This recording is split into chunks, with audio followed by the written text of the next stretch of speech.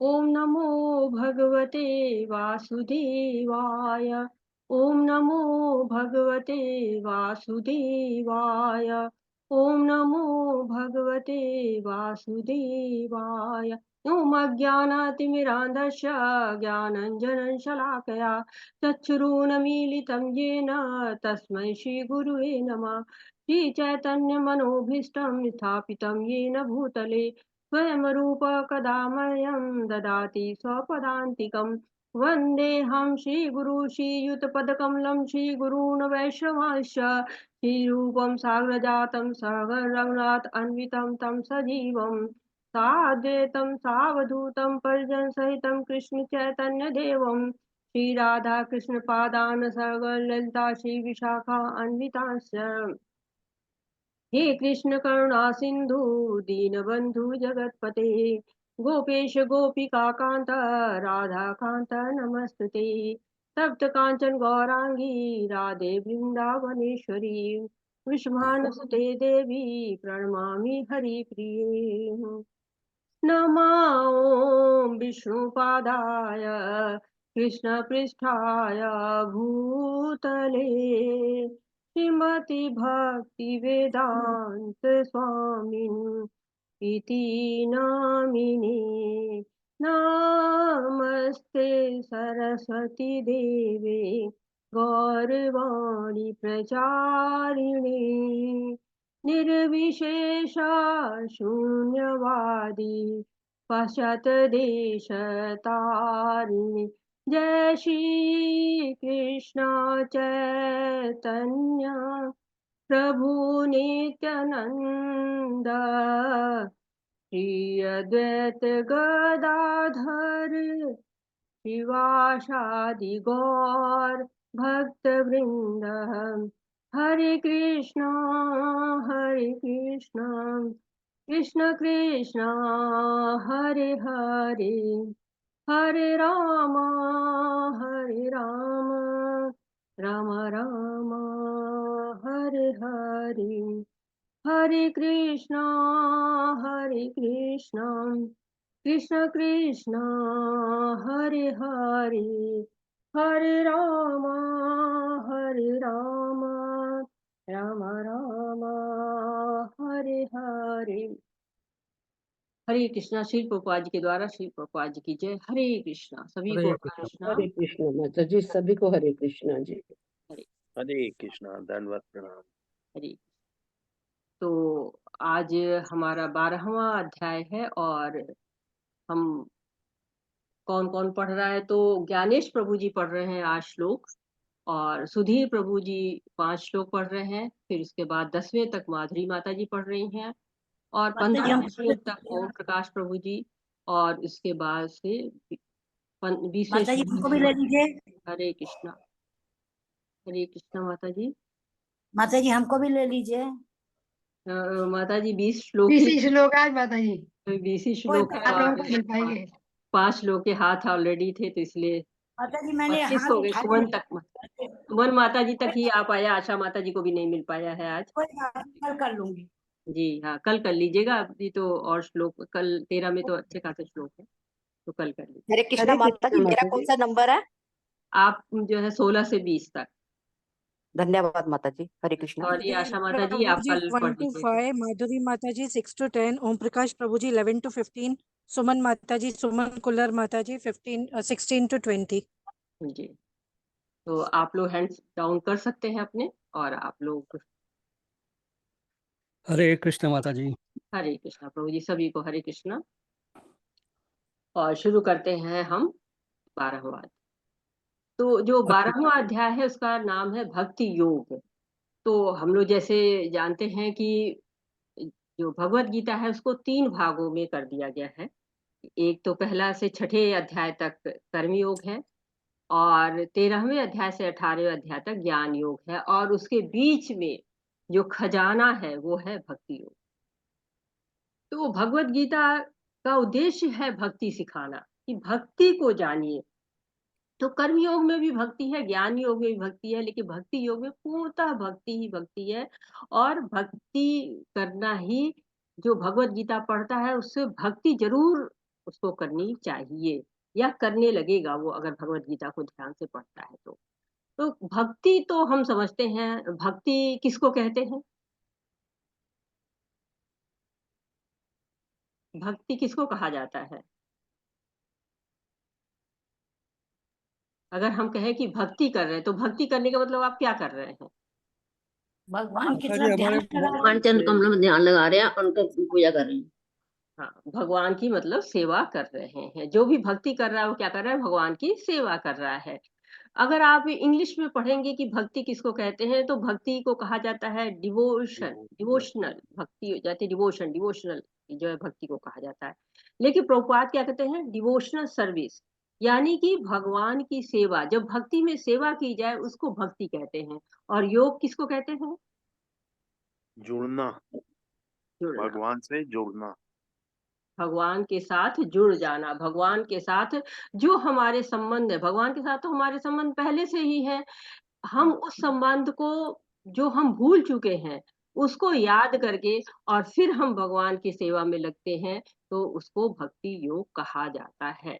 और जो कलयुग है, कलयुग में भक्ति को करने के लिए सबसे उपयुक्त रास्ता क्या है? किस तरह से हम नाम भक्ति कर जप। सकते हैं? भगवान चैतन्य महाप्रभु ने बताया कि कलयुग का में महामंत्र का जप ही वास्तविक यज्ञ है ना। कलयुग में जो है वो क्या कहते हैं? हरै नाम, हरै नाम, हरै नाम केवलम, कलौ नास्ते एव नास्ते एव नास्ते गति अन्यथा। तो भक्ति जो है वो भगवान का नाम करके, भक्ति योग जो है वो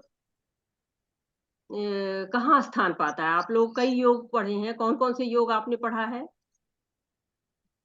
कर्म ज्ञान योग, योग। ज्ञान योग, कर्म योग, ज्ञान ज्ञान योग, ध्यान योग। हाँ, तो कर्म योग पढ़ा, ध्यान योग पढ़ा, ज्ञान योग पढ़ा। टॉप मोस्ट कौन सा है? सबसे ऊपर कौन सा योग है? भक्ति योग, भक्ति भक्ति। योग। सबसे ऊपर जो भक्ति योग होता है। तो इस तरह से हम अब तक ये जान चुके हैं कि भगवान क्या है? भगवान के 3 रूप हैं। 3 परम सत्य को 3 तरह से हम देख सकते हैं, ब्रह्म, परमात्मा और भगवान। तो भगवान क्या है? सबसे आकर्षित रूप है भगवान का, सबसे सर्वोच्च रूप है, और उसके साथ ही हम संबंध बना सकते हैं। इसलिए भगवान का जो है रूप बहुत आकर्षक होता है। कृष्ण कहे जाते हैं कि सबसे ज्यादा आकर्षक कृष्ण हम हैं, और उनकी भक्ति भी क्या है? सर्वाकर्षक है, और सबसे टॉप मोस्ट भक्ति योग को रखा गया है। तो उस भक्ति योग में भगवान हमको क्या क्या बताना चाह रहे हैं, ये अब हम पढ़ना शुरू करते हैं। हरे कृष्णा प्रभु जी। हरे कृष्ण माता। अथ द्वादश अध्यायः भक्ति योग। अर्जुन उवाच एवं सततयुक्ता ये भक्तास्त्वां पर्युपासते ये चाप्यक्षरम् अव्यक्तं तेषां के योगवित्तमः। हरे कृष्णा। हरे कृष्णा। अर्जुन ने पूछा, जो आपकी सेवा में सदैव तत्पर रहते हैं या जो अव्यक्त निर्विशेष ब्रह्म की पूजा करते हैं, इन दोनों में से किसे अधिक पूर्ण यानी सिद्ध माना जाए? हरे कृष्ण। हरे कृष्णा। तो कोई बताएगा किसे पूर्ण माना जाए? ये प्रश्न अगर आपसे किया जाता है तो आप क्या कहेंगे? अर्जुन, भगवान की सेवा करना पूर्ण है बताया। भगवान की सेवा करना पूर्णता है। क्यों? क्योंकि ये ब्रह्म की पहली अवस्था है, भगवान की पहली, यहाँ तक केवल सत्य की प्राप्ति की जा सकती है, और परमात्मा तक पहुंचेंगे तो सत्य और आनंद चित्त दोनों की प्राप्ति हो जाएगी। और जब भगवान की प्राप्ति कर लेंगे तो फिर वो तीनों मिल जाएंगे, सच्चित आनंद, तीनों की प्राप्ति हो जाएगी। तो ये पूर्ण सर्वोच्च आनंद की अवस्था है। तो किसमें हमारा पतन हो सकता है? ब्रह्म की अवस्था में पतन होने के चांसेस है। ब्रह्म की अवस्था में पहुंच के अगर भक्ति छोड़ देते हैं तो अपना निश्चित रूप से पतन होना है। तो कहते कि जब हम भगवान के पास पहुंच जाते हैं तो हमारा पतन नहीं होता है। क्यों? क्योंकि हम भगवान के साथ सेवा में जुड़ जाते हैं और हम वहां सच्चित आनंद में रहते हैं। जैसे माता जी ने कहा है, ब्रह्म की अवस्था वो है कि जैसे हम एक फ्लाइट में जा रहे हैं, तो हम हवाई जहाज में हमेशा बैठे नहीं रह सकते ना, हमें तो कहीं ना कहीं उतरना ही होता है। तो सायुज्य मुक्ति जो होती है, जो ब्रह्म में विलीन की अवस्था होती है, उसको क्या कहते हैं? फ्लाइट में रहना होता है। भगवान ने कहीं भी नहीं कहा कि ब्रह्मानंद होगा या परमात्मा आनंद होगा। क्या कहा जाता है? सच्चिदानंद बनना है हमको। तो हमारा गंतव्य क्या होता है कि हमें सच्चिदानंद बनना है। तो हमारी यात्रा ब्रह्म में जो विलीन होकर समाप्त नहीं हो जाती, क्योंकि वो ऐसा लगता है जैसे हम फ्लाइट में बैठे हुए हैं, लेकिन जो भगवान के राज्य में क्या है, भगवान रहते हैं गोलोका धाम में। तो ब्रह्म ज्योति एक प्लेटफॉर्म है, गिरने का डर है, क्योंकि हेल्प प्लेटफॉर्म क्या होता है, हमेशा बहुत स्थिर नहीं होता है, वहां लोग आते हैं जाते हैं, या प्लेटफॉर्म हवा में झूलता होता है, गिरने का डर रहता है। और वहां तक जाने का रास्ता भी कितना कठिन है, क्लेशोधिकतर क्लेशाम। तो वो रास्ते में कठिन है, क्लेश है, लेकिन भक्ति क्या है, सुसुखम कर्तुम अव्ययम, बिल्कुल सुख से की जाती है। तो अर्जुन पूछ रहे हैं कि मैं क्या करूं, कौन सी विधि पूर्ण है, भगवान की सेवा की विधि पूर्ण है या निर्विशेष ब्रह्म की जो है वो रास्ता वो पूर्ण है। तो दो तरह के लोग होते हैं, एक तो क्या करते हैं कि प्रत्यक्ष सेवा करते हैं, कि भगवान के सामने बैठ के सेवा करते हैं, कि उनको भोग लगाते हैं, उनकी माला बनाते हैं, उनके कपड़े सिलते हैं, ये प्रत्यक्ष सेवा होती है। कुछ लोग क्या करते हैं, ध्यान करते हैं।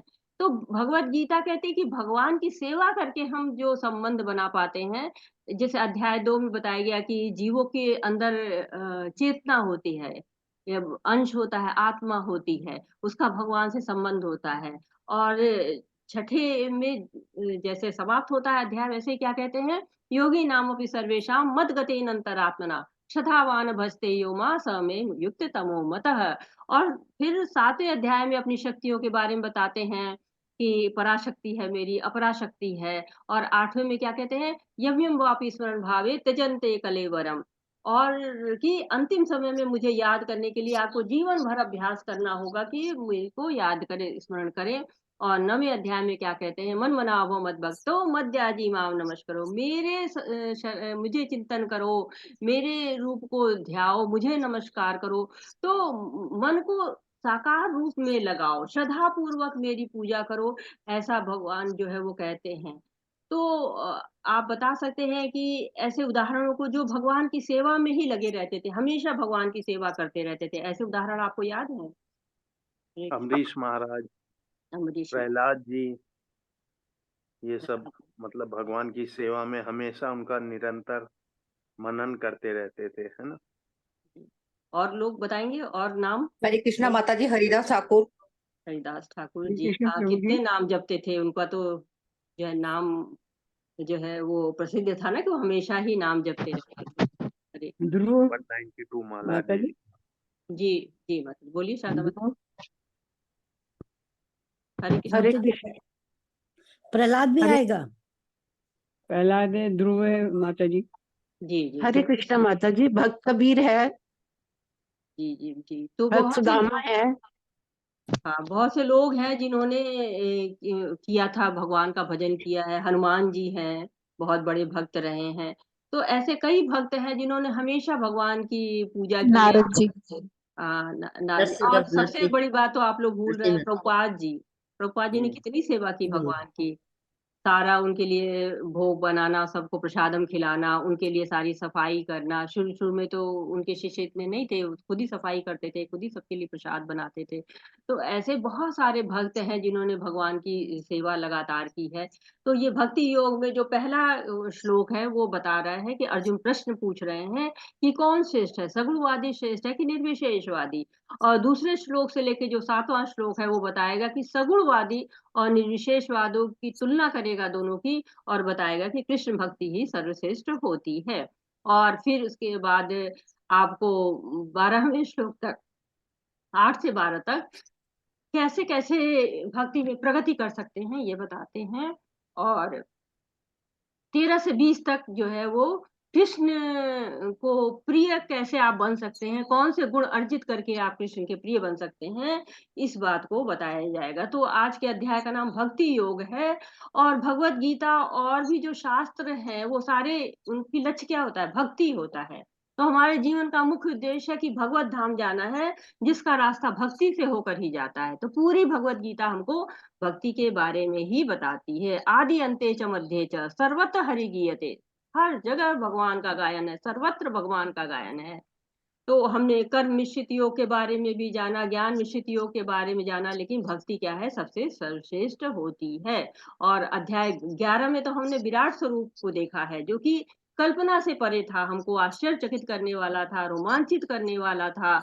और वो अनुभव अलग ही था। बहुत सुंदर मधुर अर्जुन की प्रार्थनाएं आई हैं।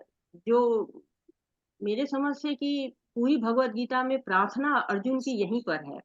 और वैसे तो भक्ति वो पूरी भगवत गीता में कर रहे हैं, लेकिन स्पष्ट रूप से जो प्रार्थना करने का जो भाव है वो यहीं पर आया है। और भगवान का ऐश्वर्य भरा रूप हमने देखा, चतुर्भुज रूप देखा, श्याम सुंदर रूप देखा। और इस अध्याय का आरंभ अर्जुन के प्रश्न से शुरू हो गया है, और अर्जुन कितना सुंदर प्रश्न पूछ रहे हैं, क्योंकि वो सुन रहे हैं कि कुछ लोग निराकार ब्रह्म की पूजा कर रहे हैं, कुछ लोग भक्ति पूर्वक सेवा कर रहे हैं, तो श्रेष्ठ कौन है? तो हमारी बुद्धि तो इतनी योग्य नहीं है कि हम उसका निर्णय ले सकें, इसलिए हमारे प्रश्न को अर्जुन पूछ रहे हैं। क्योंकि हम जो कार्य करते हैं, हमको लगता है कि हमसे अच्छा तो कोई कर ही नहीं सकता, हम सबसे बढ़िया कार्य कर रहे हैं। जो हमें गलत लगा वो गलत है, जो हमें सही लगा वो सही है, तो जो गलत लगेगा हम करेंगे ही नहीं। तो हम सही कार्य कर रहे हैं कि नहीं, हम श्रेष्ठ कार्य कर के रहे हैं कि नहीं, ये कैसे पता चलेगा? ये वही बता सकता है जो कि भगवान है, पूर्ण है। क्योंकि पूर्ण कौन है? भगवान है। पूर्णमिदः पूर्णमिदं पूर्णात् पूर्णमुदच्यते पूर्णस्य पूर्णमादाय पूर्णमेवावशिष्यते। तो भगवान के पास तो हमारे पास भगवान तो नहीं, भगवान की वाणी है हमारे पास, तो हम उससे समझेंगे। हरे कृष्ण। हरे कृष्ण। श्री भगवान उवाच मयि आविश्य मन ये माम नित्ययुक्ता उपासते श्रद्धया परया उपेताः मे युक्ततमः मतः। हरे कृष्ण। हरे कृष्णा।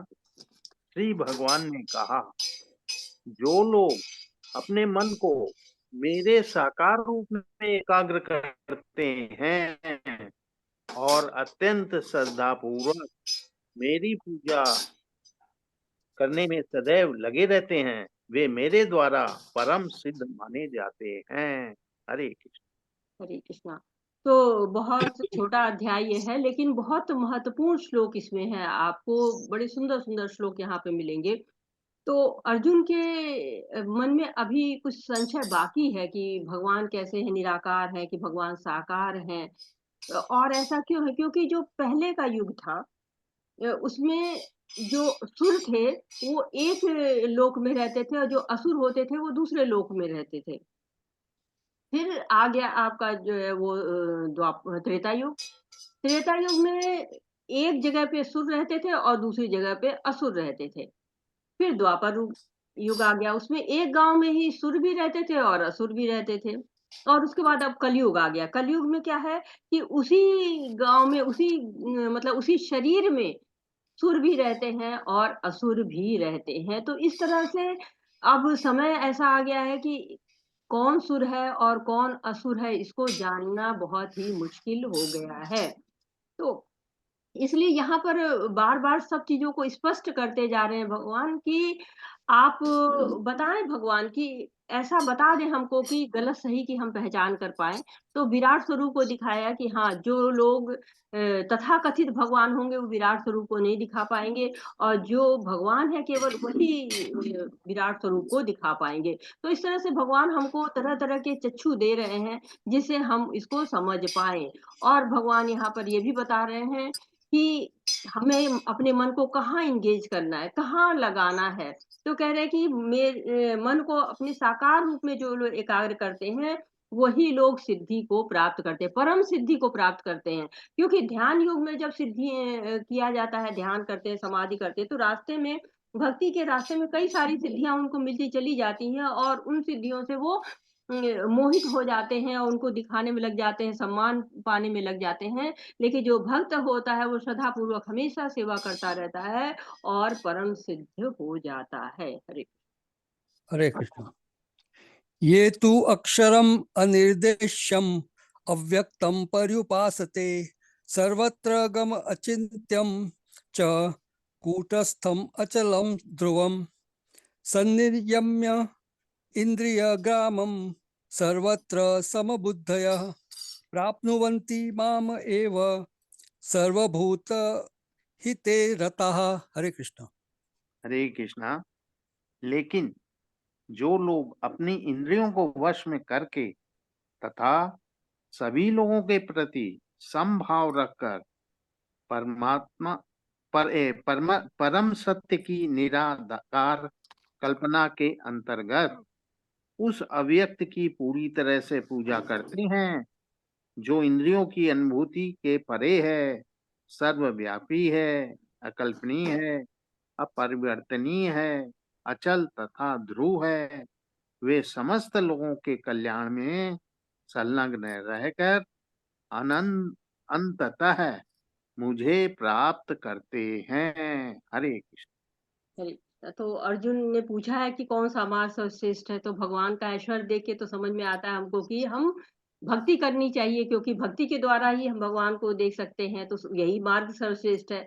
तो भगवान को हम दो प्रकार से जुड़ सकते हैं, ऐसा हमें समझ में आ रहा है कि साकार के रूप में और निराकार के ब्रह्म के रूप में।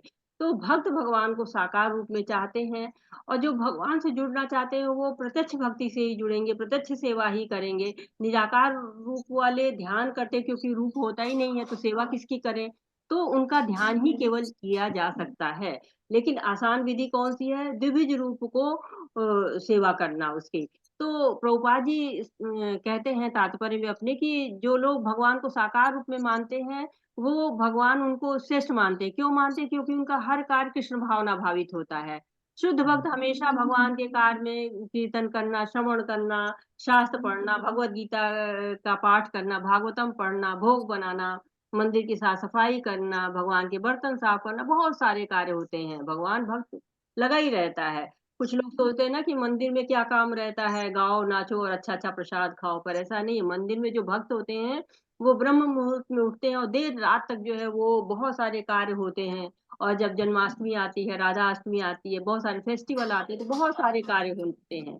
तो बहुत से लोग संसार की परेशानियों से दुखी होकर मंदिर में भक्ति के लिए जाते हैं, और वहां जब दिनचर्या देखते हैं तो भाग खड़े होते हैं।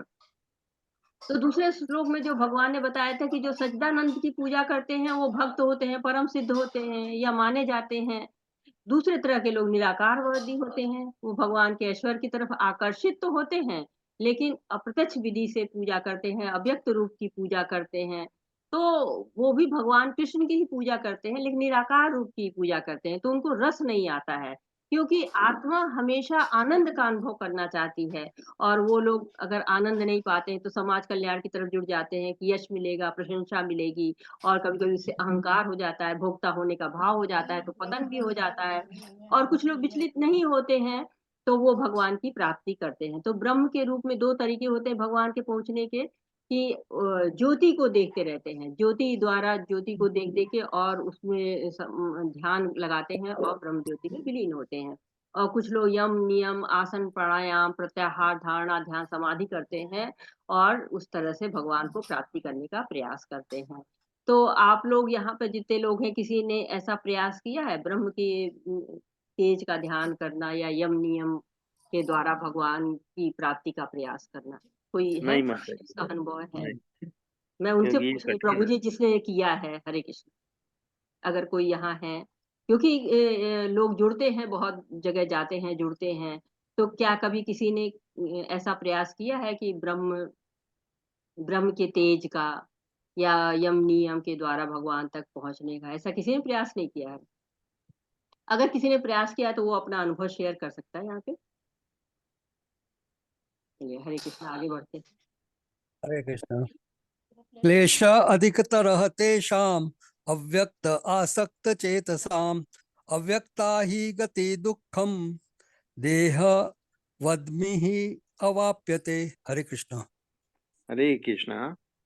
जिन लोगों के मन परमेश्वर के अव्यक्त निराकार स्वरूप के प्रति आसक्त हैं, उनके लिए प्रगति कर पाना अत्यंत ही कष्टप्रद है। देहधारियों के लिए उस क्षेत्र में प्रगति कर पाना सदैव दुष्कर होता है। हरे कृष्ण। हरे कृष्ण। तो ये हरे तो इस श्लोक में बताया गया कि निराकार स्वरूप की जो पूजा करने वालों की बात की गई है। तो भगवान का जो अव्यक्त निराकार स्वरूप जो लोग मानते हैं वो लोग ज्ञान योगी होते हैं, ध्यान योगी होते हैं। तो ये भी रास्ता भगवान की तरफ ही लेके जाता है, परंतु क्या होता है, कष्टदायी होता है। क्लेश अधिकतर तेषाम अव्यक्त आसक्ति। तो निराकार रूप स्वरूप से पहुंचने का भगवान तक मार्ग थोड़ा कष्टदायी होता है। कहते हैं ना, अव्यक्ता ही गति दुखम देह बुद्धि अव्याप्यते। तो इनकी गति बहुत ही दुख भरी होती है और देहधारी जीव के लिए इस क्षेत्र में प्रगति कर पाना बहुत मुश्किल होता है, कठिन होता है। तो भगवान ने स्पष्ट कर दिया कि जो निराकार रूप की सेवा करते हैं उनका मार्ग जो है वो कष्टप्रद होता है। जो साकार सेवा करते हैं वो आनंद के साथ सेवा करते रहते हैं। कहते हैं ना कि एक दीवार है खाली, अगर उस दीवार को देखिए तो उसमें कोई रस नहीं आएगा, लेकिन उसी पर एक कान्हा का फोटो टांग दीजिए तो आपको रस से भर जाएगी वो दीवार। तो संसार से जो विरक्ति के लिए हमको हायर टेस्ट चाहिए होता है, और निराकार वालों को हायर टेस्ट नहीं मिल पाता है। परम दृष्टा अनिवर्तते, कठिन परिश्रम करते हैं लेकिन परम दृष्टवा जो होती है, जो हायर टेस्ट है, वो नहीं मिल पाता है। तो भगवान पर ध्यान लगाना, निराकार पर ध्यान लगाना बहुत मुश्किल है। भगवान के जो निराकार रूप पर ध्यान लगाना बहुत मुश्किल है। लेकिन साकार रूप देखिए, जैसे ही निगाह पड़ती है, मंदिर की तरफ पड़ती है, दृष्टि गई, वहां पर प्रेम से मुस्कुराहट आ जाती है, चेहरे पे आनंद आ जाता है। तो भगवान की श्रेष्ठता बता रहे हैं। आध्यात्मिक जगत में भी जब भगवान के धाम जाने पे क्या है, भगवान की सेवा मिलती है। लेकिन निराकारवादियों को क्या होता है, कोई काम नहीं मिलता है, तो वो धीरे धीरे बोर हो जाते हैं और फिर वो पुण्य कार्यों की तरफ, पुण्य कार्य की तरफ मुड़ जाते हैं। क्योंकि निराकारवादियों के लिए यहाँ पर इस जगत में भी कोई सेवा नहीं है। और लेकिन आत्मा क्या है, दास है। तो दास तो हमेशा सेवा करना चाहता है ना अपने स्वामी की। तो जब स्वामी सेवा का कार्य नहीं मिलता है तो पुण्य कार्य करना शुरू कर देते हैं। तो हरे कृष्णा, साकार रूप में कठिनाई नहीं है, निराकार रूप में कठिनाई है, ऐसा कैसे आप समझ सकते हैं? आप अगर कहना चाहें तो क्या ये सही है कि निराकार रूप में हमको ध्यान लगाना कठिन है? और कठिन है तो क्यों कठिन है? हरे कृष्णा। ठीक है माता जी, व्यवहारिक जगत में इस समय बहुत ही प्रैक्टिकल में बहुत कठिन है। बहुत कठिन है, क्यों प्रभु जी? कारण क्या है, कोई चीज साकार, जैसा भी आपने बताया ना, दीवार का उदाहरण दिया कि दीवार में एक कान्हा की यदि हम फोटो लगा देते हैं तो उसमें हमको ध्यान करना सरल हो जाता है कि साकार है। उसके मतलब हम मतलब अपने जो हमारे इंद्रियां हैं हमारी, तो उनको सबको सब ढंग से हम भगवान की सेवा में लगा सकते हैं। आंखों को है भगवान का चित्र देखने में, विग्रह देखने में, नाक को भगवान पे चढ़े पुष्प को सूंघने में, हाथों को उनके मतलब उनके लिए प्रसाद बनाने में, उनके वो प्रसाद चढ़ाने में, है कि नहीं? तो जी इस तरह से हम अपनी मोह को है, मुंह में भगवान का वो भजन करने में और उनका चढ़ा हुआ प्रसाद खाने में, तो सब इंद्रियों को हम बड़े ही आसानी से भगवान की तरफ मोड़ के हम उनका ध्यान कर सकते हैं। और जी जबकि केवल दीवार में हम मतलब कितना ध्यान लगा लें, किसका ध्यान लगा, तो वो हम उसमें गिर भी सकते हैं उससे, है कि नहीं? जी प्रभु जी, हरे कृष्णा। बहुत सुंदर प्रभु जी। सुषमा माता जी ने हैंड रेज किया। सुषमा माता जी, आपके लिए प्रश्न मैं थोड़ा सा और आगे बढ़ाती हूँ कि निराकार रूप में और साकार रूप में क्या अंतर है? निर्विशेष रूप में और साकार रूप में क्या अंतर है? हरे कृष्णा। सुषमा माता जी। हरे कृष्ण माता जी, मैं ज्यादा तो नहीं समझा पाऊंगी, लेकिन निराकार में तो ये है ना कि ब्रह्म ज्योति होती है, उसमें मन लगाना है। लेकिन साकार में प्रभु का, परमात्मा का विग्रह होता है या उनकी फोटो होती है, जिसमें हम अपना मन केंद्रित करते हैं, और उसमें मन के केंद्रित होने से इंद्रियां भी वहां हो जाती हैं और ध्यान लगता है। उनके बारे में जानने के लिए, उनका देखने के लिए मन करता है, मन मोह लेते हैं, जैसे कृष्ण की हो, राम की हो, किसी भी रूप में हो, तो मन केंद्रित हो जाता है। और मन केंद्रित हुआ तो अपना ये सब, फिर तो ध्यान भी लगेगा, सब कुछ होगा। लेकिन निराकार में नहीं होता कुछ भी ऐसा, मन भटक जाता है।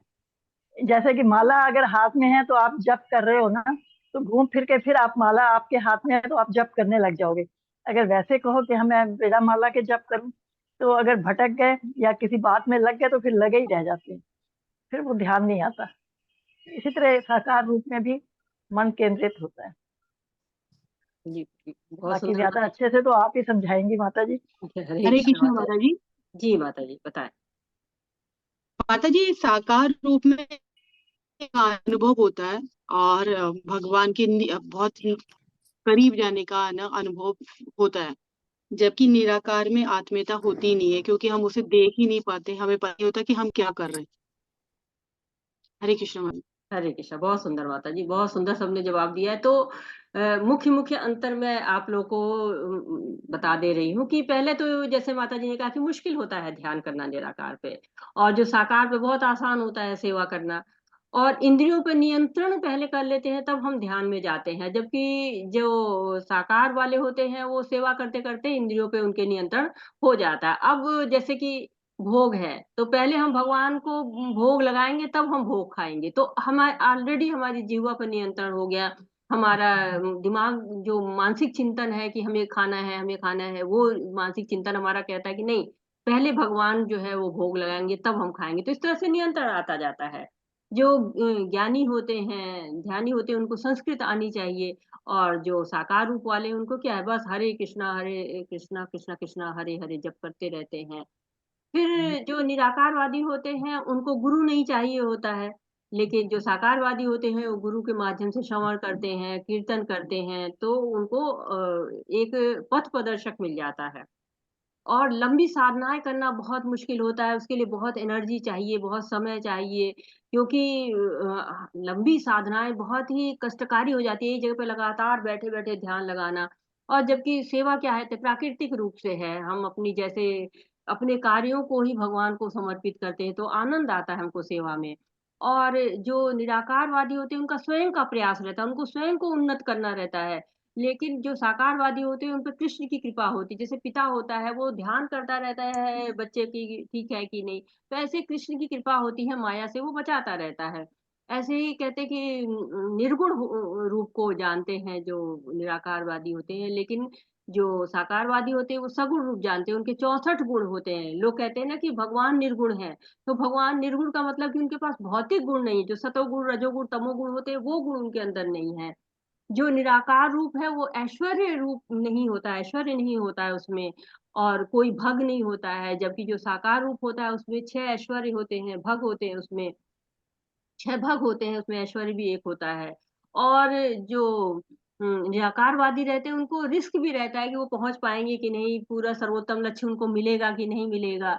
जबकि भक्ति जो करते हैं उनको कहते हैं कि जितना भी किया नेहाभिक्रम नाशस्ते प्रतवायो न विद्यते, जितना भी भक्ति की उतनी सुरक्षित रहती है। और साथ ही साथ जो निराकारवादी होते हैं उनको सत्व चित्त की प्राप्ति होती है, जबकि जो साकारवादी होते हैं उनको सत्व चित्त आनंद की प्राप्ति होती है। तो मुख्य मुख्य रूप से ये अंतर होते हैं उनके बीच में। हरे कृष्णा। हरे कृष्ण। ये तु सर्वाणि कर्माणि मयि सन्न्यस्य मत्पराः अनन्येनैव योगेन मां ध्यायन्त उपासते तेषामहं समुद्धर्ता मृत्यु संसार सागरात् भवामि च चिरात् पार्थ मय्यावेशित चेतसाम्। हरे कृष्ण। कृष्ण माता कृष्ण सभी को, राधे जो राधे। अपने सारे कार्यों को मुझ में अर्पित करके तथा विचलित भाव से मेरी भक्ति करते हुए मेरी पूजा करते हैं और अपने चित्तों को मुझ पर स्थिर करके निरंतर मेरा ध्यान करते हैं, उनके लिए हमेशा मैं मृत्यु जन्म के सागर से शीघ्र उद्धार करने वाला हूँ। हरे कृष्ण।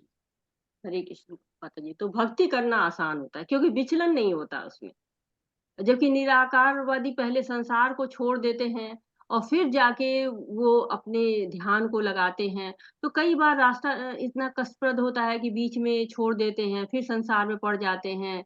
और एक देहाभिमान के कारण क्या होता है, अपने आप को शरीर के रूप में जो पहचानता है, खुद को शरीर मानता है, जो आत्मा नहीं मानता है, तो उसके लिए उपासना करना भी कठिन हो जाता है, क्योंकि हमको याद आता है कि हम ये थे हम वो थे, जब हम सारे अपने शरीर के जो रिश्ते हैं सबको खत्म करके जाते हैं वहां पे, तो कई कई बार वो जो हमें सब याद आता रहता है।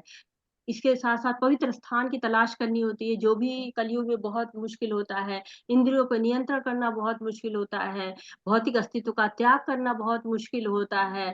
और भगवान के निराकार स्वरूप जो कहते हैं ना कि जो भगवान सर्वव्यापी है, अकल्पनीय है, अपरिवर्तनीय है, अचल है, अटल है, आकर्षक है, सर्वाकर्षक है, ये सब अनुभूतियां हमको इंद्रियों से नहीं हो पाती हैं।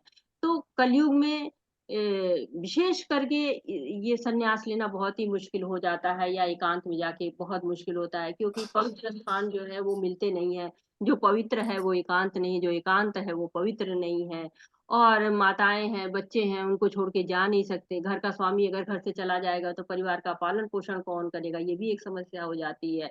तो बहुत सारी कठिनाइयां आती हैं, लेकिन भक्ति के मार्ग में कोई कठिनाई नहीं आती है।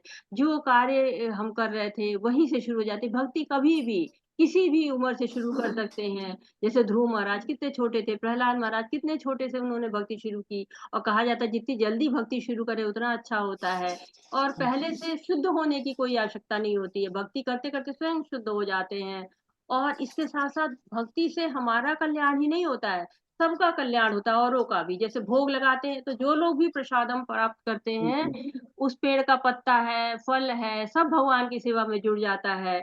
जैसे जगन्नाथपुरी की यात्रा निकलती है तो जो हाथी हैं उनको भी साथ साथ में कुत्ते चल पड़ते हैं, उनका भी भला हो जाता है। जब हम जपा करते हैं हरे कृष्णा कृष्ण कृष्ण हरे हरे, तो वो जितने भी हमारे पास जीव जंतु रहते हैं, जो भी सुनते हैं, उन सबका कल्याण होते हैं। तो भक्त क्या करता है, सबको शुद्धि करता है। और साथ ही साथ क्या है, ये भव सागर है, तेषामहं समुद्यता मृत्यु संसार सागरात। ये जो सागर है, भव सागर है, इससे पार करने के लिए क्या होता है, कोई चाहिए जो हमको हाथ पकड़ के बाहर निकाल ले। तो भक्त को भगवान जो है इस भव सागर से उबार लेते हैं, उनकी कृपा मिल जाती है।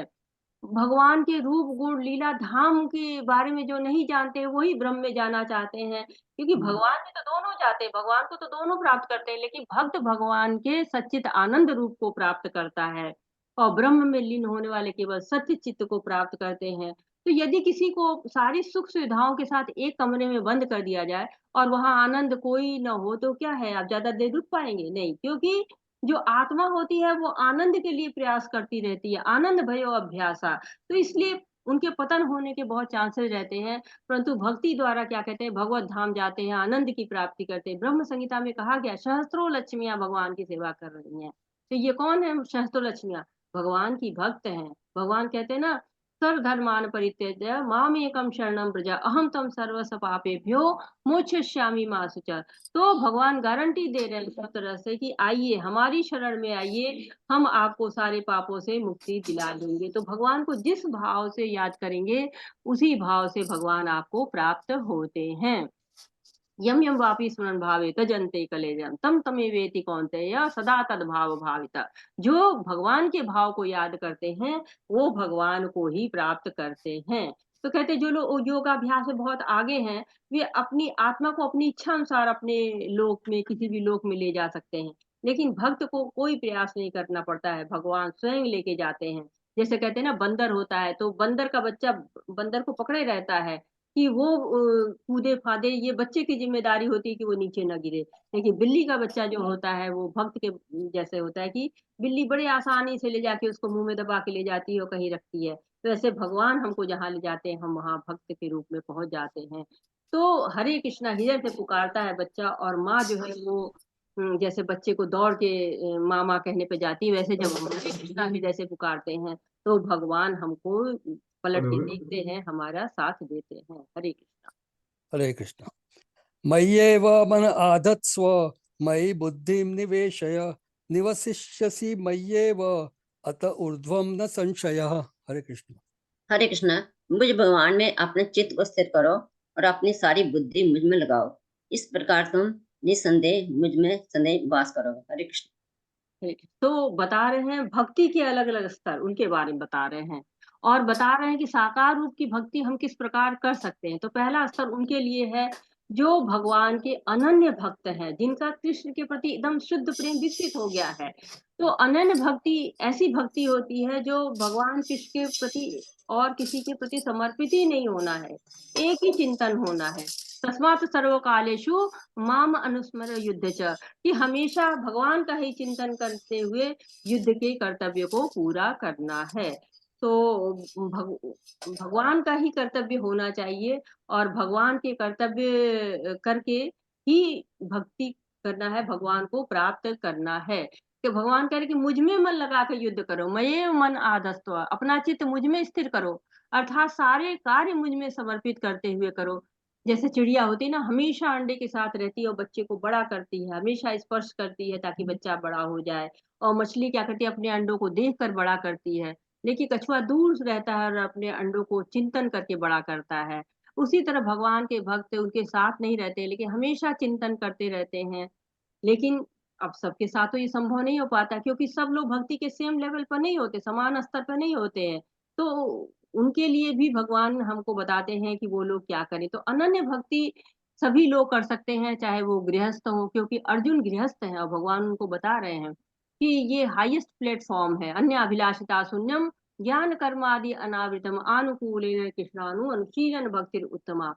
तो हमेशा अपने मन को, बुद्धि भगवान को लगाइए, और जो नहीं कर सकते हैं उनके लिए भगवान आगे भी रास्ता बता रहे हैं। हरे कृष्ण। अथ चित्तं समाधातुं न शक्नोषि मयि स्थिरम् अभ्यास योगेन ततः मामिच्छाप्तुं धनंजय। हरे कृष्ण। हरे कृष्णा। हे अर्जुन, हे धनंजय, यदि तुम अपने चित्त को अविचल भाव से व्यवस्थित नहीं कर सकते तो तुम भक्ति योग विधि विधानों का पालन करो। इस प्रकार तुम मुझे प्राप्त करने की चाह उत्पन्न करो। हरे कृष्ण। हरे कृष्णा। तो ये भक्ति क्या है जो इस श्लोक में बताई गई है? हरे कृष्णा, ये कौन सी भक्ति है जिसका वर्णन इस श्लोक में किया गया है?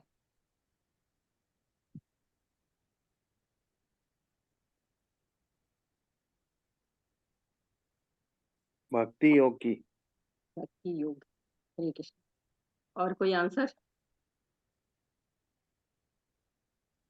कह रहे हैं ना कि भगवान की ये दूसरी विधि कौन सी है? ये दूसरी विधि साधना भक्ति है कि मंगल आरती करो, श्रवण करो। तो साधना भक्ति क्या होती है? दो प्रकार की होती है, वैधि साधना भक्ति होती है और रागानुगा भक्ति होती है।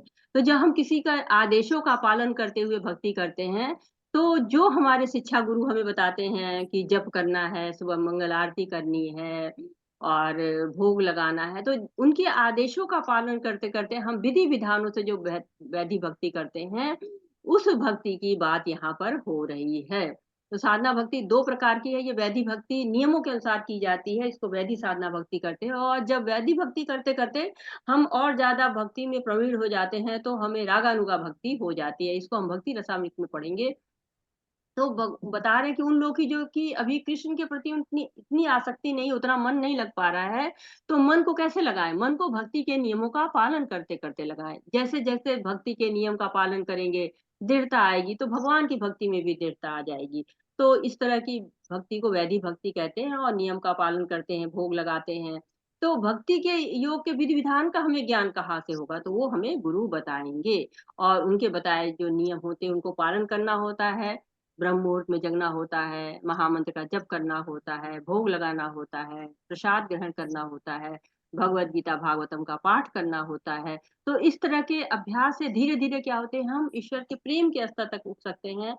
और मान लीजिए कि अब ये भी हमसे नहीं हो पा रहा है, तो फिर क्या करेंगे? हरे कृष्ण। हरे कृष्ण।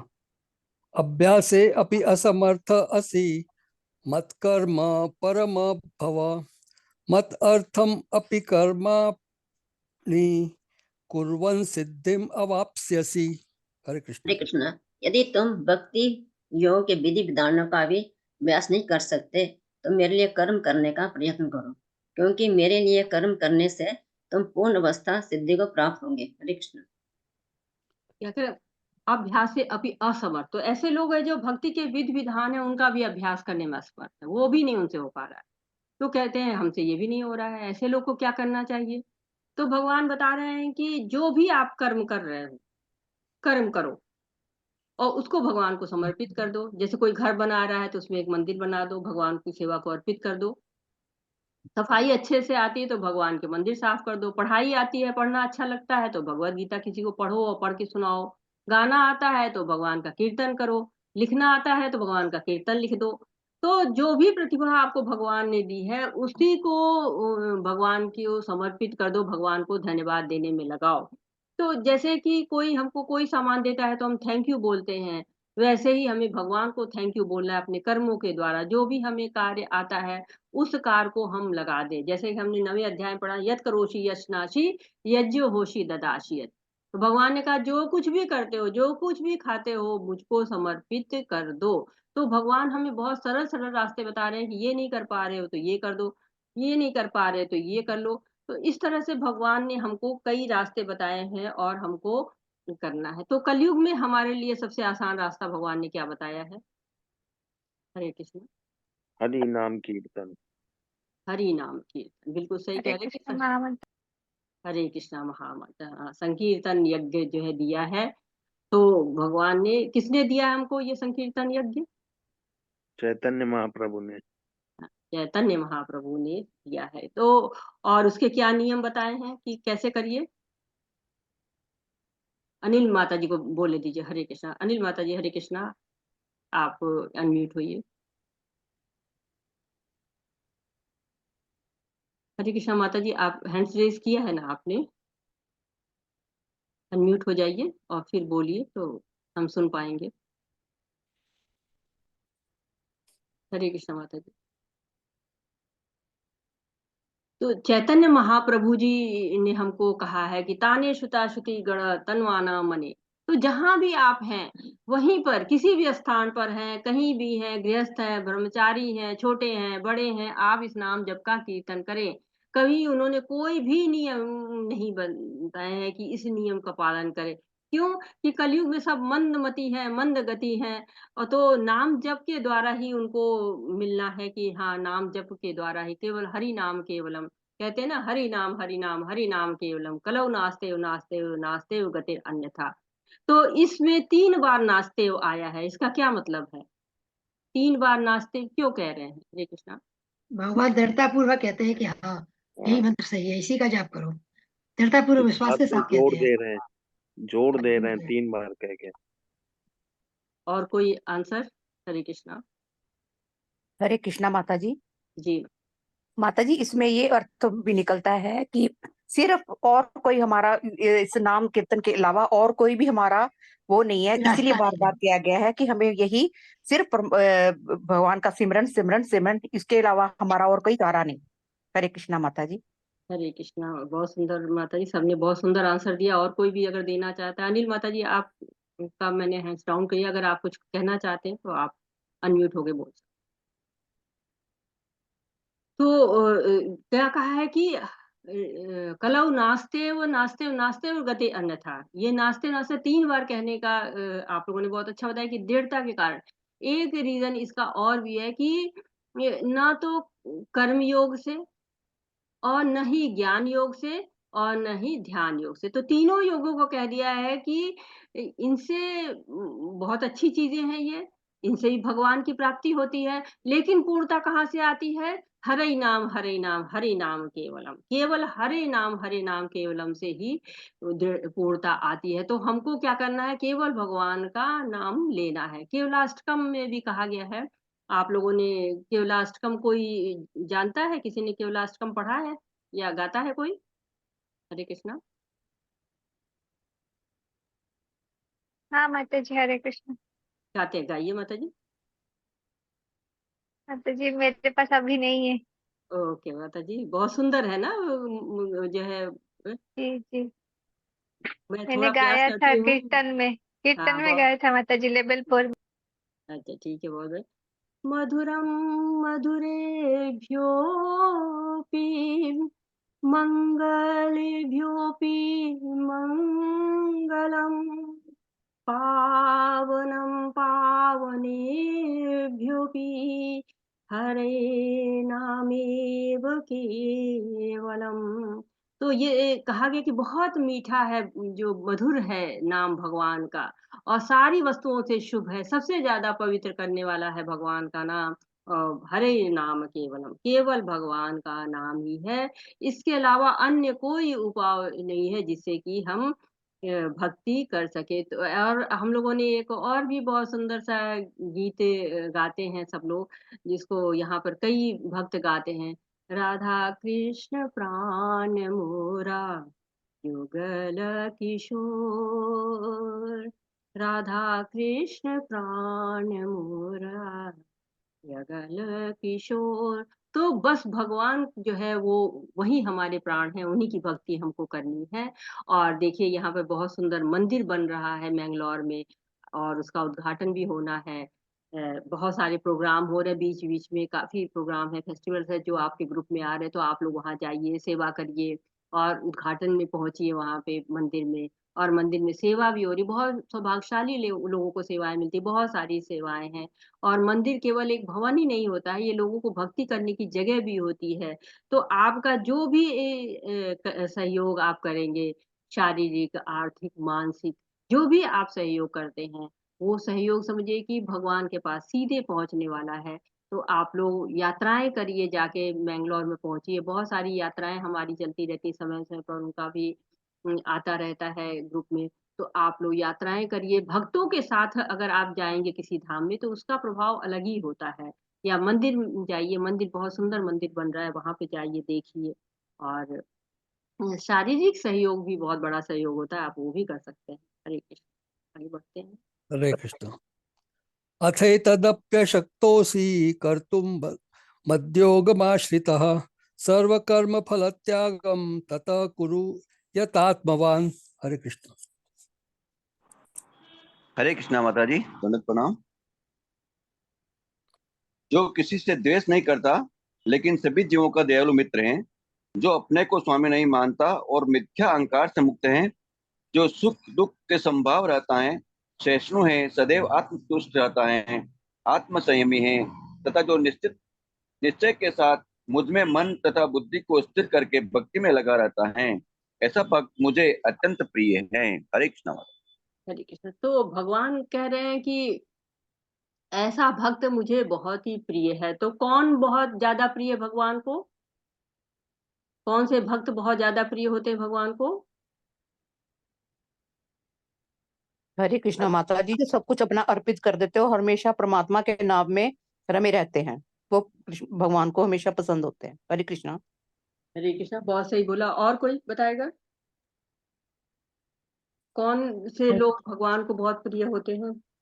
हरे कृष्ण माता जी। जो जी, सुख दुख में माता जी एक जैसे रहता है, जो सुख दुख संभाव में रहता है, जैसे रहते, बिल्कुल सही है। सहिष्णु रहते हैं, सदैव सदैव आत्मसंतुष्ट रहते हैं, आत्मतुष्ट। हरे कृष्ण। माता जी, हरे कृष्णा।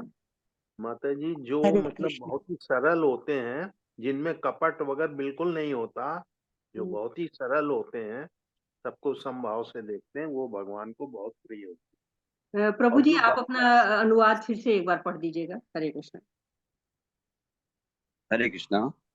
जो किसी से द्वेष नहीं करता लेकिन सभी जीवों का दयालु मित्र है, जो अपने को स्वामी नहीं मानता और मिथ्या अहंकार से मुक्त है, जो सुख दुख में संभाव रहता है, सहिष्णु है, सदैव आत्मतुष्ट रहता है, आत्म संयमी है, तथा जो निश्चय के साथ मुझ में मन तथा बुद्धि को स्थिर करके भक्ति में लगा रहता है, ऐसा भक्त मुझे अत्यंत प्रिय है। हरे कृष्णा। हरे कृष्णा प्रभु जी, बहुत सुंदर। प्रभु जी, कितना सुंदर बात भगवान ने बताई है। तो जो भक्ति करते हैं वो तीन अधिकारी होते हैं। तो भक्ति के अनुसार उनका स्तर होता है। कनिष्ठ अधिकारी होते हैं जो नव दीक्षित होते हैं, उनकी श्रद्धा कोमल होती है, भक्ति की महिमा को नहीं जानते हैं वो। भक्त की महिमा को नहीं जानते, भक्ति की महिमा को जानते हैं और भगवान की भक्ति करते हैं, शास्त्र के अनुसार सेवा करते हैं मंदिर में। और जो मध्यम अधिकारी होते हैं वो भक्तों से भी प्रेम करते हैं, भगवान से भी प्रेम करते हैं, और भक्तों से दूर रहते हैं। और जो लोग अबोध होते हैं, जो नए नए आते हैं, उन पर कृपा करते हैं। तो जो उत्तम अधिकारी होते हैं वो कैसे होते हैं? वो द्वेष नहीं करते हैं, समभाव रहते हैं, आत्मसंतुष्ट रहते हैं, पर दुखे दुखी होते हैं, उनके अंदर सहन शक्ति होती है। कहते हैं ना, मज्जित मच्चित्ता मदगत प्राणा बोधयंत परस्परम कथयंतश्च माम नित्यम तुष्यंती च रमन्ति च। तो ये लोग भगवान की हमेशा महिमा गाते रहते हैं और भगवान की ही बातें करते रहते हैं, भगवान की कथाएं करते रहते हैं। जैसे प्रभुपाद जी थे कि आखिरी दिन तक वो भागवतम की अनुवाद में लगे हुए थे, और वो भागवतम मतलब अंतिम समय तक वो लिखने में लगे हुए थे कि हाँ, भगवान का काम इसको मैं पूरा करके जाऊं। तो इस तरह से हम कह रहे हैं कि भगवान शुद्ध भक्त के लक्षण बता रहे हैं, उनका वर्णन कर रहे हैं कि वो किसी से द्वेष नहीं करता है। अब 13 से लेके जो 20वां श्लोक तक है, उसमें भगवान की ही किसको किसको भगवान प्रेम करते हैं उसके बारे में बताया जा रहा है। तो मित्रता का भाव होता है, समानता का भाव होता है, जिसे मित्रता में ऊंच नीच नहीं होती है, मिथ्या अहंकार नहीं होता है, स्वामित्व नहीं होता है, मैं के लड़ाई जैसे नहीं होती है, संतुष्टि होती है, दयालुता होती है, संयम होता है। तो ये सारे जो गुण होते हैं वो कैसे आएंगे, आएंगे कहाँ से? वो आते हैं भगवान की भक्ति से। तो एक ही मूल मंत्र है, भगवान ने हमारे लिए सब व्यवस्था कर रखी है कि हाँ, आप आइए इस दुनिया में, और आपका उद्देश्य क्या है? भगवत धाम जाने का प्रयास करते रहना।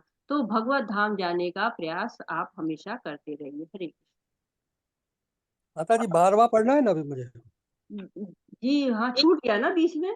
जी हाँ प्रभु, तभी हाँ तो मैं कंफ्यूज हो रही थी कि अभी। हाँ 12वां भी हाँ मैं यही मैं पढ़ूंगा। कह रही थी माता जी ने ज्यादा आगे से पढ़ दिया ठीक प्रभु है, जी। 12वां पढ़िए प्रभु जी, पढ़ दीजिए। 12वां पढ़ रहा हूँ। जी 11 श्रेयः से शुरू होना हि था। ज्ञानम् अभ्यासात् ज्ञानात् ध्यानं विशिष्यते ध्यानात् कर्म फल त्यागात् शांति अनंतरम। हरे कृष्ण। हरे कृष्णा माता जी।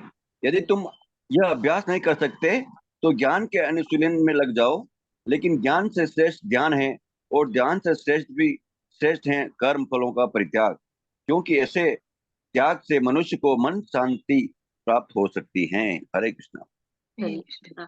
तो इसमें क्या बताया गया है कि निष्काम कर्म के बारे में कहा गया, फल के त्याग के बारे में बताया गया है कि आप क्या करिए, फल का त्याग करिए। चार तरह के चीजों को बताया उन्होंने कि चार तरह के है कि कर्म जब करता है आदमी तो उसे कर्म बंधन होता है, पाप लगता है। विकर्म क्या होता है?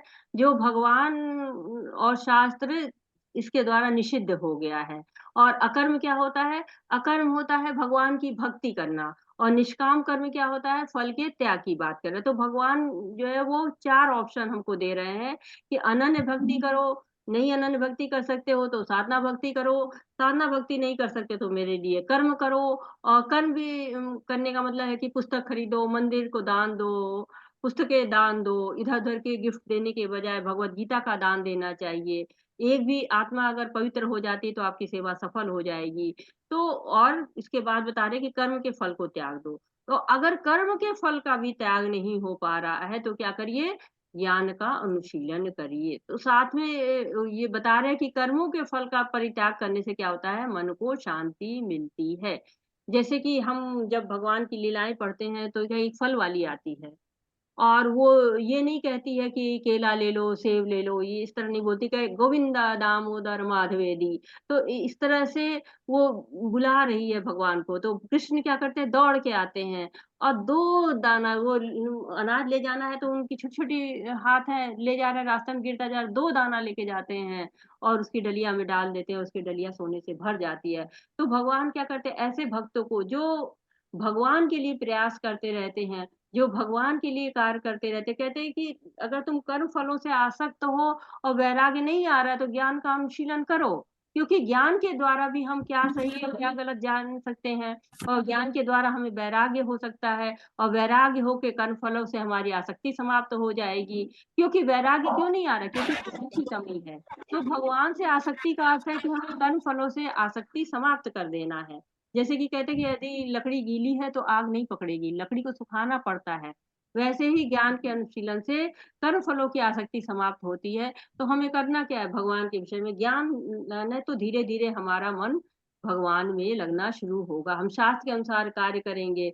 और शास्त्र क्या कहते हैं कि भगवान के नाम का जप करो, भगवान को युग धर्म कलयुग में क्या है? कृते ध्यायते विष्णु तेत्रायाम यजतो मखै द्वापरे परिचार्यायाम कलौ तद हरि कीर्तनम। तो हरि कीर्तन करिए। हरे कृष्ण।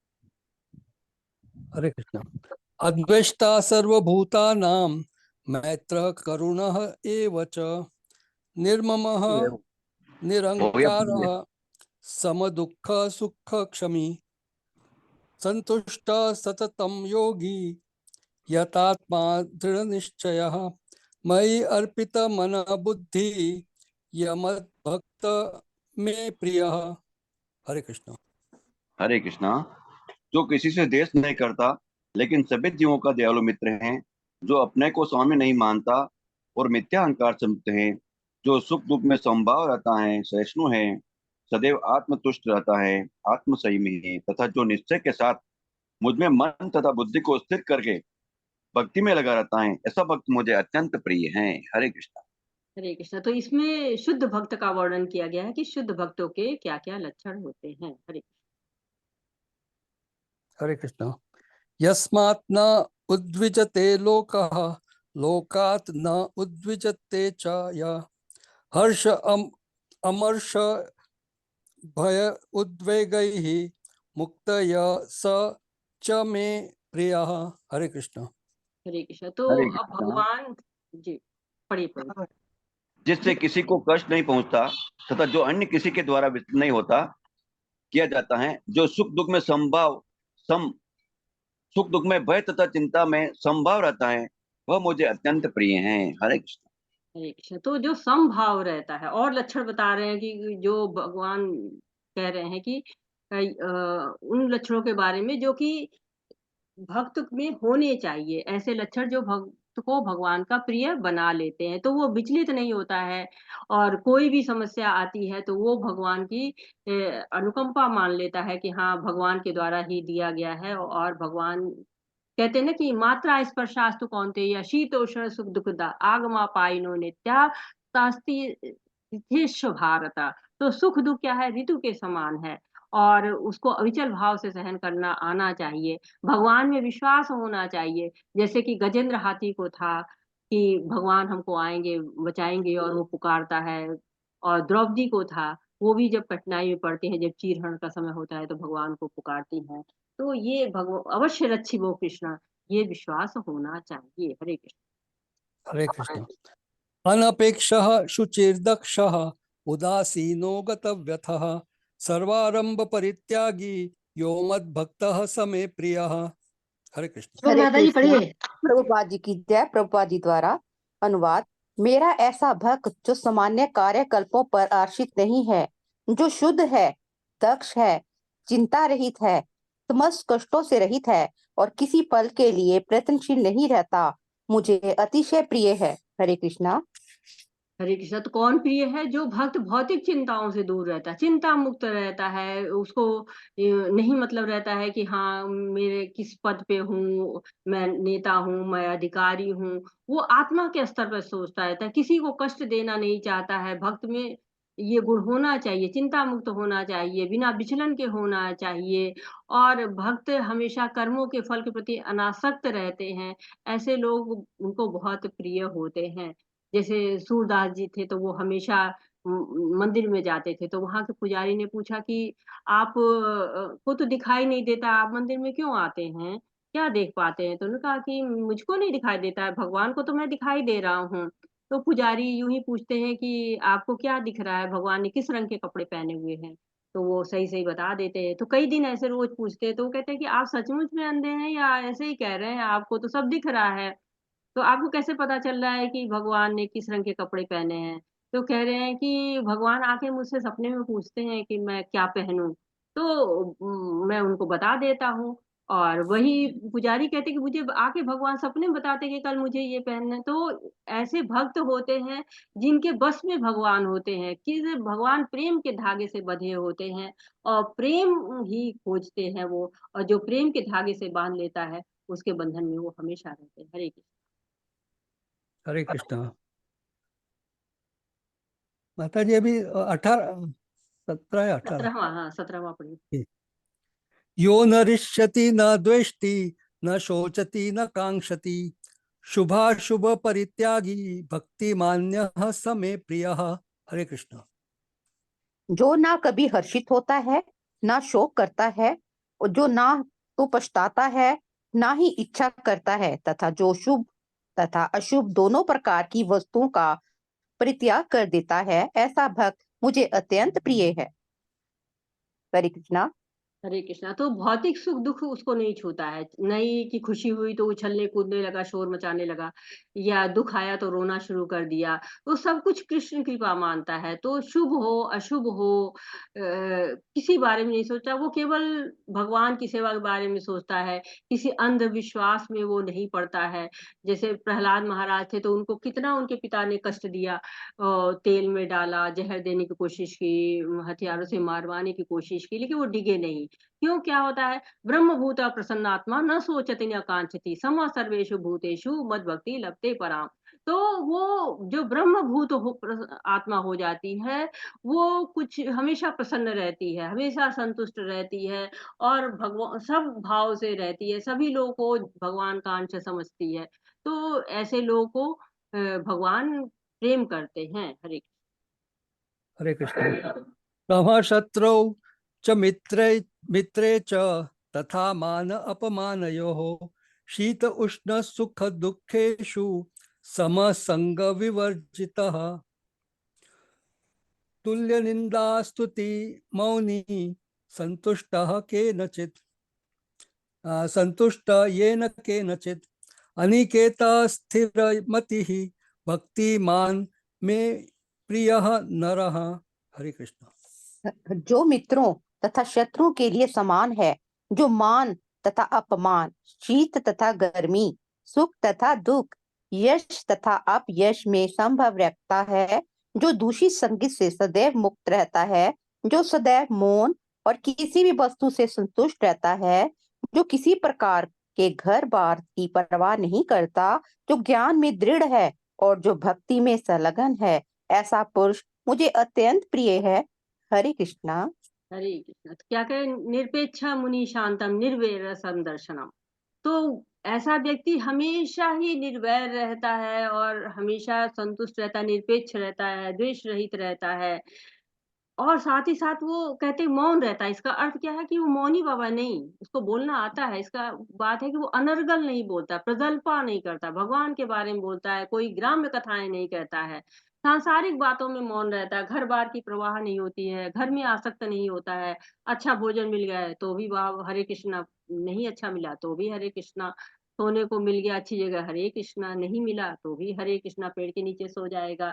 तो आसक्ति और प्रेम में अंतर होता है। ऐसा नहीं है कि वो लोगों से प्रेम ही करना छोड़ता है, लेकिन वो उनसे आसक्त नहीं होता है। जैसे धृतराष्ट्र थे, अपने पुत्रों के प्रति आसक्त थे, और इस आसक्ति के कारण वो सही गलत का भेद भी नहीं कर पा रहे थे। वो केवल अपने पुत्रों के लिए राजगद्दी चाह रहे थे, जबकि पांडव क्या थे? पांडव भी उनके वंशज थे, लेकिन उनसे वो प्रेम नहीं हो रहा था। तो प्रेम में कोई गलत भी हो तो उसे समझाया जा सकता है, लेकिन अगर आसक्ति हो जाती है तो हम सही गलत सब कुछ जो है वो भुला देते हैं। जैसे माता पिता होते हैं तो वो अपने बच्चों से प्रेम करते हैं, लेकिन उन्हें गलत होने पर समझाते भी हैं, अच्छा कार्य करने पर पुरस्कार भी देते हैं। तो ये संस्कार देना माँ बाप का कार्य होता है, सही का भेद सिखाना माँ बाप का कार्य होता है। लेकिन जो कहते हैं कि जो ज्ञान में दृढ़ हो जाता है, उसके लिए कोई मित्र नहीं होता है, कोई शत्रु नहीं होता है, और वो केवल भक्ति में लगा रहता है। जैसे अम्बरीश महाराज थे, वो भी भक्ति में हमेशा लगे रहते थे, और साथ ही साथ बहुत विनम्र होता है। चैतन्य महाप्रभु कहते थे, तृणादपि सुनिचेना तरो रिपु सहिष्णुना।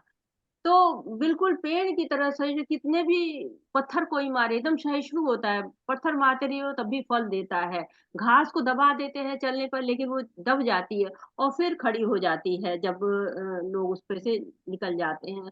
तो भगवान का जो भक्त होता है, वो भगवान के प्रति ही सोचता रहता है, भगवान के ही भाव में रहता है। उसके लिए मान अपमान, शीत गर्मी, सुख दुख, यश अपयश, सारे द्वंद समाप्त रहते हैं। दूसरी संगति से मुक्त रहता है, संतुष्ट रहता है, ज्ञान में दृढ़ रहता है, हर परिस्थिति में वो सुखी रहता है। हरे कृष्ण। ये तु धर्मामृतमिदं यथोक्तं पर्युपासते श्रद्धाना मत परमाः भक्तास्ते तीव मे प्रियाः। हरे कृष्ण। जो इस भक्ति के अमर पथ का अनुसरण करते हैं और जो मुझे ही अपना चरम लक्ष्य बनाकर श्रद्धा सहित पूर्ण रूपेण संलग्न रहते हैं, वे भक्त मुझे अत्यधिक प्रिय हैं। हरे कृष्णा माता जी, धन्यवाद। हरे कृष्णा माता जी। तो कौन प्रिय है भगवान का? समूहम सर्वभूतेषु न देशो अस्ति न प्रिय ये भजन्ति तु मां भक्त्या मयि ते तेषु चाप्यहम्। तो जो भगवान कह रहे कि न मैं किसी से ईर्ष्या करता हूँ, न मैं किसी से द्वेष करता हूँ, सब लोग मेरे लिए समान है, लेकिन जो भक्त मुझे भजन करता है मेरा, जो मुझे याद करता है, उसको मैं वो जो है वो मेरे को प्रिय होता है। तो भक्ति की श्रेष्ठता बता रहे हैं भगवान कि बहुत सारे पहुँचने के मार्ग हैं, लेकिन भक्ति सर्वश्रेष्ठ है। और भक्ति की संगति से क्या होता है, हमें भगवान में आसक्ति आती है और श्रद्धा के साथ, आसक्ति के साथ कीर्तन करता है, भक्ति के विधि विधानों का पालन करता है। भगवत प्राप्ति का एकमात्र सुगम उपाय क्या है? भगवान की भक्ति है। तो यहाँ पर भक्ति योग के अध्याय समाप्त होते हैं। 7 से 12 अध्याय तक भगवान ने विशुद्ध भक्ति के बारे में बताया कि भक्ति कैसे कर सकते हैं, उसके क्या लाभ हैं, कौन लोग भगवान के प्रिय हैं, सब विस्तार में बताया है। तो अब हम कल जो है ज्ञान योग की तरफ बढ़ेंगे, क्योंकि ज्ञान के बिना धर्म क्या होता है, कोरी भावुकता होते हैं, और बिना धर्म के ज्ञान केवल मानसिक ऊहापोह होता है, ऐसा प्रभुपाद जी कहते हैं। तो प्रभुपाद जी कहते हैं कि निराकारवादी बहुत कष्ट सहते हुए हैं भगवान के लिए, उनको आत्मा का ज्ञान हो जाता है तो वो अहम ब्रह्मास्मि जान जाते हैं। परंतु जब यह ज्ञान हो जाए कि हम शरीर नहीं आत्मा है, भक्ति करनी चाहिए, भक्तों का संग करना चाहिए, जैसे सुखदेव गोस्वामी थे, पहले निराकार स्वरूप की उपासना करते थे, लेकिन वेद व्यास जी से जब वो भागवतम सुनते हैं तो भक्त बन जाते हैं। चतुर कुमार जो है भगवान के चरणों की तुलसी दर खा के भक्त बन जाते हैं। लेकिन कोई भी भक्त निराकारवादी बनता नहीं है। क्यों? क्योंकि भगवान के रूप गुण लीला में इतना स्वाद होता है कि वो भगवान के बारे में और जानना चाहता है। शुद्ध भक्त कहते हैं भूल के भी वो निराकारवादी नहीं बनता है, वो हरे कृष्ण महामंत्र को जपता है, उसे भगवान के नाम का दास बनना है, केवल दिखावा करने के लिए नहीं चाहिए, वो उसको भगवान का दृढ़ विश्वास चाहिए, और वो भगवान पर दृढ़ विश्वास रखता है। कोई दिखावा जहाँ पे है वो भक्ति नहीं होती, वो तो रजोगुण हो जाता है, क्योंकि वो यश और सम्मान के लिए कार्य करता है। शुद्ध भक्ति क्या होती है कि दिव्य आनंद देती है और सागर के समान होती है, और भौतिक सुख क्या है, एक बूंद के समान भी नहीं है। तो जो निराकार ब्रह्म का सुख प्राप्त करता है वो उसी तरह से है जैसे कि बछड़े का पैर रखता है तो एक गड्ढा हो जाता है, उस गड्ढे में जो जल भर दो बस उतना ही उसको आनंद मिलता है। लेकिन शुद्ध भक्ति का आनंद सागर के बराबर है, तो उसकी कोई तुलना ही नहीं है। बहुत छोटा सा अध्याय है, बहुत सुंदर सा अध्याय है, और हमें भक्ति के मार्ग पे आगे बढ़ाने वाला अध्याय है। वाञ्छाकल्पतरुभ्यश्च कृपा सिन्धुभ्य एव च पतितानां पावनेभ्यो वैष्णवेभ्यो नमो नमः। अनंत कोटि वैष्णव वृंद की जय, शिला प्रभुपाद की जय। हरे कृष्णा कृष्ण कृष्ण कृष्ण कृष्ण कृष्ण कृष्ण हरे हरे, हरे हरे हरे राम हरे राम हरे राम राम राम हरे राम हरे। हरे हरे। हरे कृष्णा सभी को, सभी का बहुत बहुत धन्यवाद। तो आज आपको कुछ ऐड करना है, कोई प्रश्न पूछना है, कोई सुझाव देना है तो मोस्ट वेलकम। और साथ ही साथ हम क्विज पे पहले बात कर चुके हैं, जो लोग नहीं आए थे उनके लिए फिर दोबारा बोल देते हैं कि क्विज करते रहिए। अगर क्विज से संबंधित कोई भी परेशानी आ रही है तो आप हम लोग को संपर्क कर सकते हैं। साथ ही साथ अगर कोई लोग क्विज लिखने में भी असमर्थ है, क्विज करने में भी असमर्थ है, तो वो लोग भी बताएं, तो उनका छोटा सा इंटरव्यू लेके और उनको लेवल 3 में जाने दिया जाएगा। तो सबको लेवल 3 में पहुंचना है जितने भी लोग यहाँ पर हैं। और साथ ही साथ भगवान के मंदिर में जाइए, यात्राएं करिए, भगवान की सेवा करिए, भगवान के पास पहुंचिए। हरे कृष्ण। माता जी मेरा वो फोन हैंग हो जाता है बार बार। वो 11वें अध्याय तक तो कर लिया है। प्रभु जी उसको स्क्रीनशॉट ले लीजिए, और स्क्रीनशॉट लेके आप हर्षा माता जी को डाल दीजिए, वो आपकी प्रॉब्लम को सॉल्व कर पाए टेक्निकल। तो मैं चाह रहा था कि उसमें यदि मेरे से कुछ पूछ के और फिर वैसे हो जाए तो अच्छा है, मेरे को ठीक है ज्यादा प्रभु जी, वो भी व्यवस्था हो ऑपरेशन। जाएगी। हाँ हो जाएगी ऐसी। और जो लोग भी ऐसा करना चाहते हैं वो लोग हरे कृष्णा लिख के मेरे पास भेज दीजिए, और आप लोग की है। और लेवल 3 में भी अगर आपका एडमिशन नहीं हो पाएगा तो फिर मुझसे संपर्क करिएगा। वैसे मैं आपको मिलाऊंगी लेवल 3 की जो आपको शिक्षा गुरु हैं उनसे आपको मिला दूंगी, और वो भी आपको सहयोग करेंगी। अगर आपको मेरा सहयोग चाहिए तो मैं भी आपको सहयोग हर क्षेत्र में करूंगी जहाँ भी आप जो है वो परेशान होते हैं। हाँ हरे कृष्णा। विजय लक्ष्मी माता जी। हरे कृष्णा। हरे कृष्णा माता जी। हरे कृष्णा जी माता जी। मैं लिख नहीं पाऊंगी ना माता जी, मेरा कैसा होगा? ठीक है माता जी, आपका सुधीर प्रभु जी 2 लोग का मैं करवा दूंगी। हाँ माता सुधीर जी। बाबू जी तो वाले लेवल 3 में है शायद। सुधीर हाँ बाबू जी माता जी। हरे कृष्णा माता जी, सब लोग को अपना अपना बोल दीजिए, दूसरों का मत बोलिए, अपने हरे अपनी समस्याओं को रखने दीजिए। जी विजय माता जी, आपका हो जाए। वही माता जी, मैं लिख नहीं पाऊंगी तो मेरी समस्या कैसा सॉल्व होगी बोल के वही आपसे पूछना था। माता जी आपके इंटरव्यू करवा दूंगी मैं, और आपको जो है 18 अध्याय जब कंप्लीट हो जाते हैं तो उसके हाँ बाद आप लोग का इंटरव्यू करा दूंगी। और हाँ। कल से 13वां अध्याय आप जाने कि ज्ञान योग है, थोड़ा मुश्किल हो जाता है, तो ज्ञान योग को मैं करके और फिर उस पे थोड़ा बहुत रिवीजन क्लास भी रखवा देंगे, जिसमें कि जो मुख्य मुख्य श्लोक है उनके आप तात्पर्य भी पढ़िएगा और समझने की कोशिश सब लोग करेंगे, क्योंकि ज्ञान मैं योग पढ़ ही नहीं पाती हूँ माता जी। ठीक है माता जी, आपका पूरा जो है हम लोग ध्यान रखेंगे, आप आप जो भी। जानते हैं मेरे बारे में। जी माता जी, आप वो हरे सहयोग कृष्णा। मिलेगा। हरे कृष्ण। हरे और किसी कृष्ण। को कोई परेशानी है, किसी की क्विज खुल नहीं रही है, तो वो लोग भी बात कर सकते हैं, और जिनको जिनको चाहिए क्विज नहीं मिल पा रही है वो लोग भी मेरे पास या हर्षा माता जी के पास हरे कृष्णा लिख के भेज दीजिए, तो आप लोग को सही हरे है। हरे कृष्णा माता जी। हरे कृष्णा। जी माता जी। हमारे बारे में भी आप जानती है माता जी, हमारा भी समाधान करिएगा। जी माता जी, बिल्कुल आपका भी हो जाएगा। सब जो है जिसकी जो प्रॉब्लम सबने हमको भेजी है, हम उनको उस पर ध्यान रखेंगे। और अगर नए लोगों को और किसी को भी कोई हरे कृष्ण परेशानी माता जी। हो। हाँ, हरे कृष्णा। जी माता जी। धन्यवाद माता जी। माता जी, ये जब लिंक आया था तो मुझे लेट से लिंक मिला है, ये लेवल 2 का, तो हम्म। मैं क्या ये मतलब कंटिन्यू कर सकती हूँ जी जी जी माता जी, बिल्कुल आप इसका लोग। क्विज? हाँ। हाँ, सब लोग कंटिन्यू कर सकते हैं। बस थोड़ा सा मुझे जानकारी दे दीजिए कि अपने बारे में, कि हाँ मैं जो है क्विज कर के माध्यम से लेवल 3 में जाना चाह रही हूँ, या क्विज नहीं कर पा रही हूँ, तो सब लोग जान। तो क्या मैं आपको व्हाट्सएप पे मैसेज करूँ या कॉल करूँ माता जी? आप क्या चाह रहे हैं माता जी, आप क्विज करना चाह माता रहे जी, हाँ मैं क्विज करना चाहती हूँ माता जी। हैं? ठीक है माता जी, आप हरे कृष्णा लिख के मुझे व्हाट्सअप कर दे तो आपके पे पहुंच जाएगी, लिंक पहुंच जाएगी, और आप लिंक करिए। ओके ओके, थैंक यू माता जी। हरे हरे कृष्ण, हरे धन्यवाद। हरे हरे। हाँ संतोषी माता जी, हरे कृष्णा। संतोषी माता जी, आपकी आवाज नहीं आ रही है। हरे कृष्ण माता जी, आप अनम्यूट है लेकिन आपकी आवाज नहीं आ रही है। तब तक और किसी को कोई प्रश्न है तो ले सकते हैं हम। संतोषी माता जी की अभी आवाज नहीं आ रही है, हम देख रहे हैं।